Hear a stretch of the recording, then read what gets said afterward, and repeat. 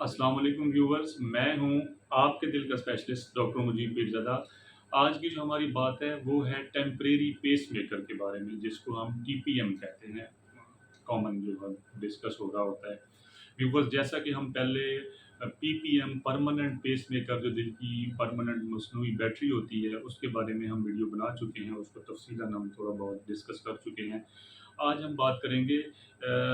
जो मसनूई बैटरी है आर्जी तौर पे जो लगाई जाती है, जिसको टेम्परेरी पेसमेकर टीपीएम कहते हैं, उसके बारे में। फंक्शन तो इसके और मोड वही हैं जो परमानेंट पेसमेकर के होते हैं। इसमें थोड़ा-सा जो इंडिकेशंस हैं, उसके ऊपर हम तफ़सीलन बात करेंगे, वो थोड़ा-सा डिफ़र करती हैं परमानेंट पेसमेकर की निस्बतन। तो सबसे पहले जो कॉमन चीज़ होती है जिसमें ये इंडिकेटेड होता है, वो मोस्टली वो कंडीशंस हैं जो कि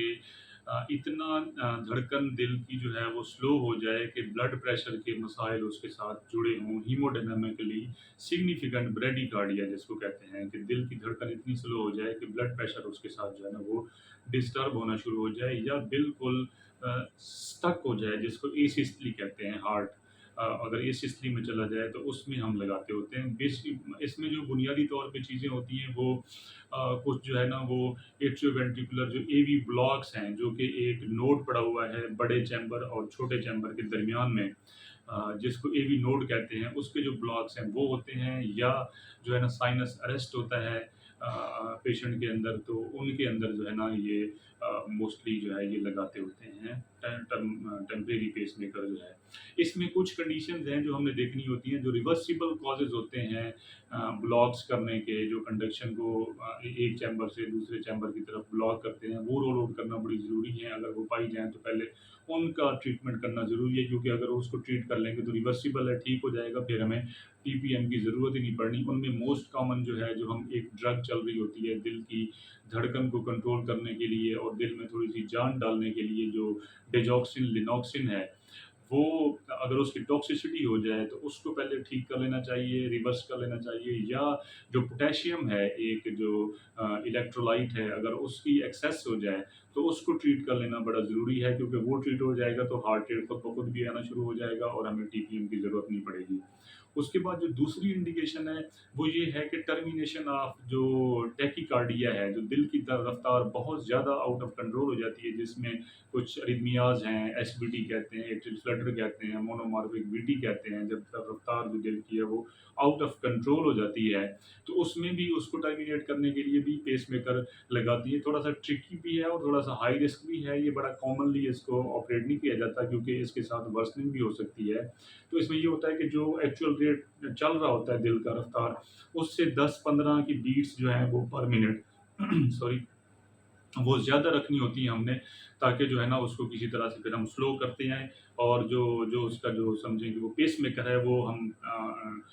एक्चुअल जो है वो टेम्परेरी पेसमेकर वो बन जाए, और फिर हम उसके ज़रिए उसको टेपर डाउन करते हैं, उसको स्लो करते हैं। अच्छा, उसके बाद जो तीसरी इंडिकेशन है, वो वाली कुछ कंडीशन हैं जिनमें हमें चांस होता है कि रिकवरी पॉसिबल है। जिस तरह एक इन्फेक्शियस डिज़ीज़ है जिसको लाइम डिज़ीज़ कहते हैं, या जिस तरह कोई मायोकार्डाइटिस एक्यूट इन्फेक्शन हो जाता है दिल के पट्टों का, उसकी कंडीशन में हम टेम्परेरी पेसमेकर लगा सकते हैं। या जो एक दिल की नीचे वाली जो दीवार है, जिसको इंफ्रो पोस्टीरियर वॉल कहते हैं, उसका अगर अटैक हो जाए, तो इनमें रिवर्सिबल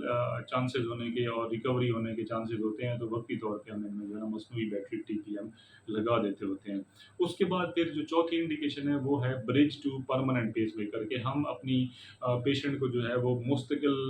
एक परमानेंट पेसमेकर पीपीएम लगाने की तरफ जा रहे हैं, लेकिन अभी समझें कि कुछ रीज़न्स हैं, पॉसिबल नहीं है, ट्रैवल करना है उसने, थोड़ा-सा दूर जाना है, और वहाँ पे वो स्किल अवेलेबल नहीं है, या व्हाट्सएवर और भी कुछ रीज़न्स हो सकती हैं, तो उसमें हम वक़्ती तौर पे जो है वो ब्रिज के तौर पे टीपीएम लगा देते हैं, ताकि जो है ना वो जब तक उसका पीपीएम लगे वो सपोर्ट होती रहे। उसके बाद जो अगली कंडीशन होती है, वो है कि कोई एक्यूट जो है ना वो अटैक ना हुआ हो, मायोकार्डियल इन्फार्क्शन ना हुआ हो, जिसमें कि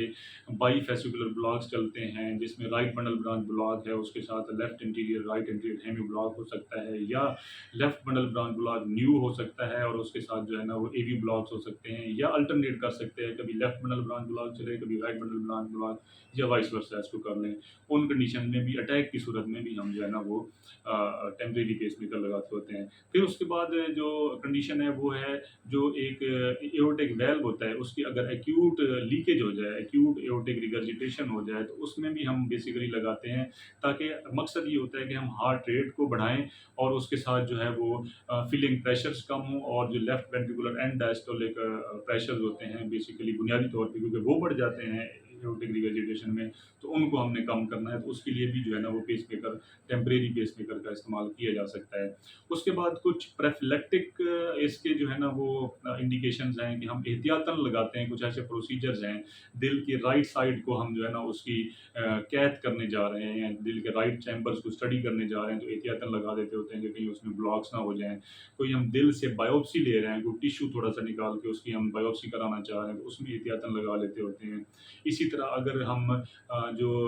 ये राइट कोरोनरी आर्टरी है, अगर उसमें कॉम्प्लेक्स लीजन है उसकी और उसकी हम स्टेंट डालने जा रहे हैं, तो उसमें भी एहतियातन जो है ना वो टेम्परेरी पेसमेकर लगाया जाता है कि कहीं पेशेंट जो है ना वो ब्लॉक्स में ना चला जाए, तो हमारे पास एक बैकअप पे टेम्परेरी पेसमेकर पेशेंट की अवेलेबल होना चाहिए। उसके बाद फिर है कि हम जो है ना वो इसमें कुछ कंडीशंस हैं जिसमें हम दिल की जो है ना वो इलेक्ट्रोफिजियोलॉजिक स्टडी कर रहे होते हैं बेसिकली, देख रहे होते हैं कि कहाँ से करंट प्रोड्यूस हो रहा है, एक्स्ट्रा कोई अलग सर्किट तो नहीं बना हुआ, तो जो ईपी स्टडी जिसको हम कहते हैं उसमें भी बेसिकली हम पेस मेकर्स जो है ना वो लगाए होते हैं और उनकी इलेक्ट्रोड्स हमने मुख्तलिफ लोकेशंस पे रखे होते हैं जिसकी वजह से हम ट्रिगर कर रहे होते हैं कि कहाँ से फोकस हमें